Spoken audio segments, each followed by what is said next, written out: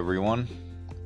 It's Nighthawk, and welcome to Nighthawk's High Strangeness. And we got some strange ones for you today. This will be really good with all the high winds we're having, so sit back, relax, and for about 20 to 30 minutes, I'm going to talk your ear off. Well, today I'd like to discuss the tall man, hairy man, Bigfoot, Sasquatch, Yahweh, skunk ape, whatever you want to call them.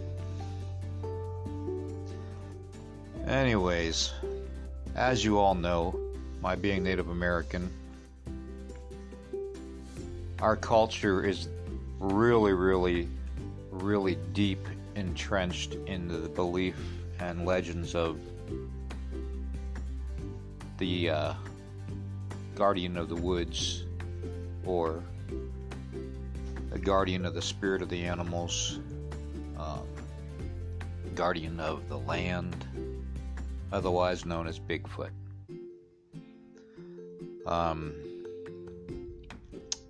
There was a time in our history that we are taught through oral tradition that at one time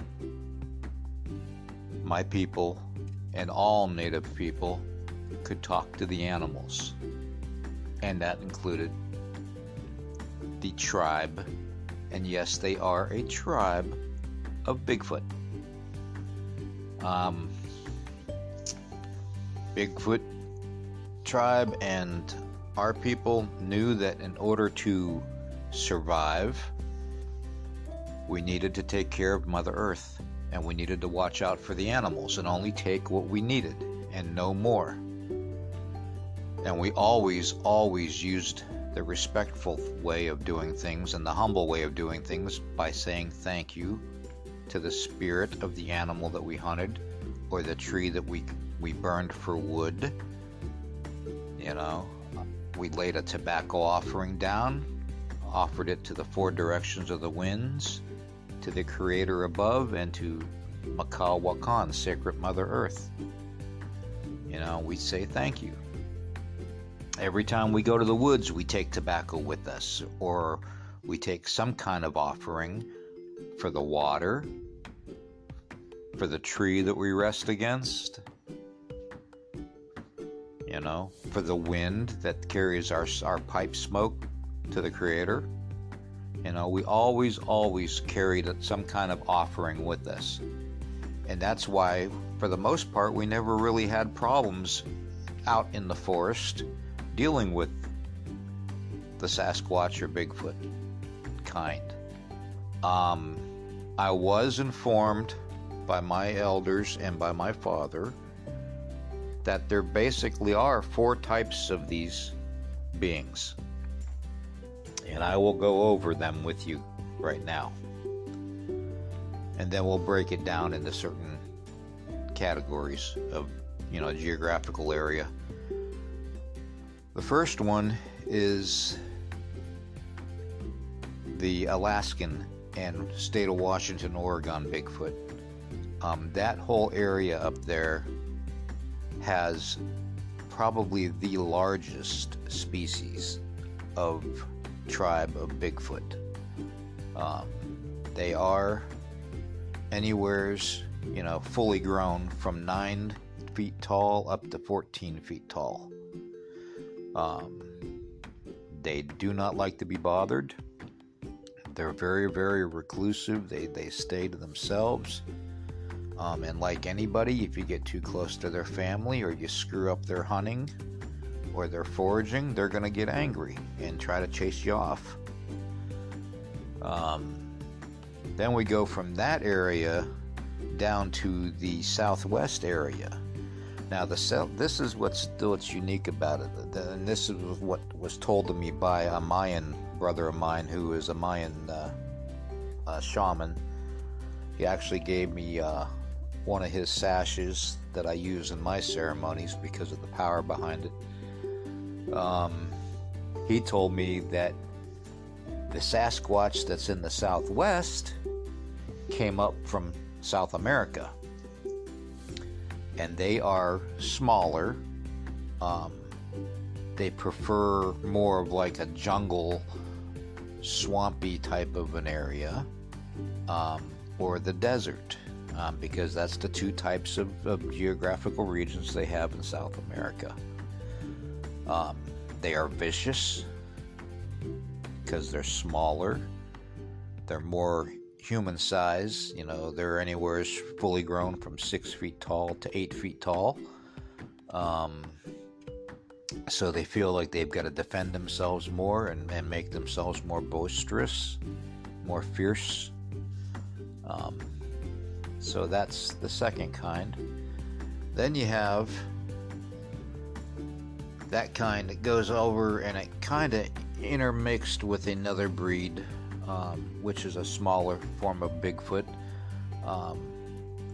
which is also pretty hyper and pretty violent. They're the same kind, just a little bit different in mannerisms and their tracks of their feet. You got the Florida skunk ape. You got the Falk monster.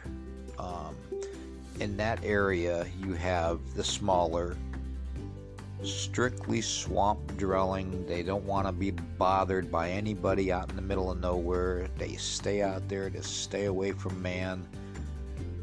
They're anywhere from 6 to 7 feet tall. Okay? Very seldom will they get 8 feet tall. Now, they do occasionally get that big, but very seldom. Sometimes when you see them that are 8 feet tall, it's them coming over from another area to either barter or somehow kind of just intermix with the other tribe that they're coming onto their land. They have been known to interbreed, so yes, that's why they could have up to 8 feet tall. Then you have the more human looking type of Bigfoot, that are really, really more of a gentle species than anything. They like their privacy too. They don't like to be bothered when they're hunting. They don't like to be bothered when they're foraging. They don't like to be bothered when they have their young. Okay? But they are, for the most part, a gentle type of a species. They can get anywhere fully grown from 7 foot on up to 9.5 feet tall. Okay, there's been some reports of them even being 10 feet tall. So, that's the 4 type of species that I was told, and that I've actually interacted with 3 of those types over my years. I've had several encounters. Native Americans are more prone to being connected almost psychically to the big feet in the areas that we live. No matter where we go, because of that respect, if we're a traditional Native American, we're going to have that respect for the land and for the animals, and that makes it almost an automatic connection. And what's even stranger about that too is, a lot of people that see the orbs around the Bigfoot, it's like I've always said, I believe that is their spiritual embodiment. That's their, whatever you want to call it, their chi.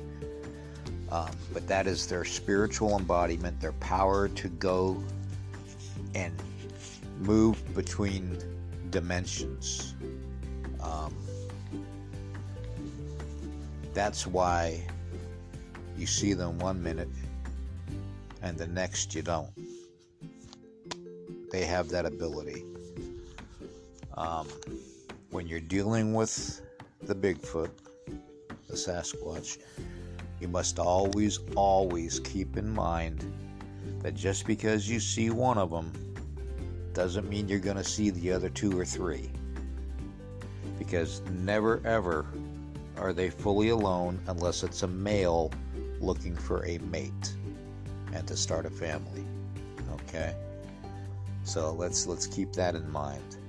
And this is all just based off of my Native American experience with them and my families. Okay, it by no means makes me an expert in any way, shape, or form. I'm just letting you know from my perspective and my upbringing as a Native American on how I have been instructed and taught and learned over my years, over 57 years of being on this earth, how to interact with them. Okay, so please, don't take mine as being the sole God's given, that's the way it is and that's it. It's like I've always said, everybody deals with these beings a certain way. And I don't like to call them creatures. I don't like to call them animals. They are a tribe. They should be respected. They should be gifted. And we should stay out of their way unless we cross paths. And when we cross paths with them, we act humble. We don't act like we're the tough guy on the block.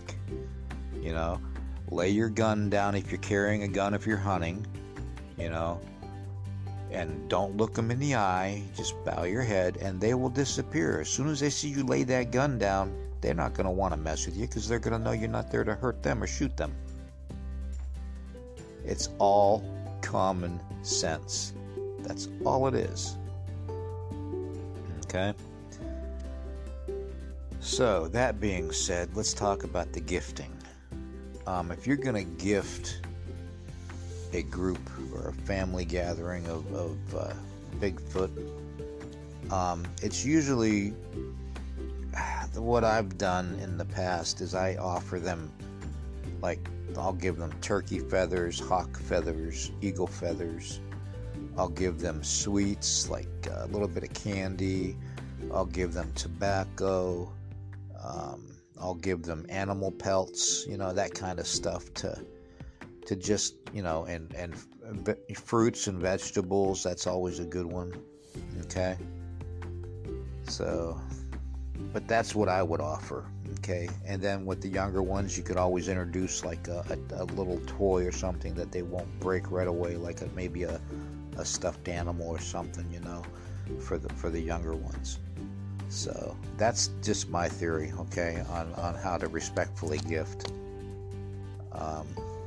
The best thing to do when you're in the woods, especially by yourself, is be aware of your surroundings. Take some precautions. Don't go out there thinking you're the greatest wildlife, wilderness man, mountain man in the world, and you're not going to get lost and not going to get stuck out there in the middle of the night when it's dark and you're walking in the trees because you're not smart enough to bring a flashlight. Just be prepared, okay? That's all I'm saying. So, that being said, they usually like to stick to the highlands. So if you're in the hollers, as we say, or in the lowlands, you're not probably going to run into them as much unless it's them trying to cross a stream to get to another mountain range or a higher range. So that's been my, as far as I've learned from them, they use the waterways, the railroad tracks, the power lines, game trails. Those are usually their 4 primary routes. They have been known to use cave systems when cave systems are predominant in the areas. They like to live above ground, except in the cold months. That's when they utilize the underground caves and whatnot, because of the coldness. Because cave systems are basically 55 degrees or 60 degrees year round, no matter what it's doing outside, it's going to be that temperature consistently. So, but yeah, that's pretty much it. If anybody has any questions about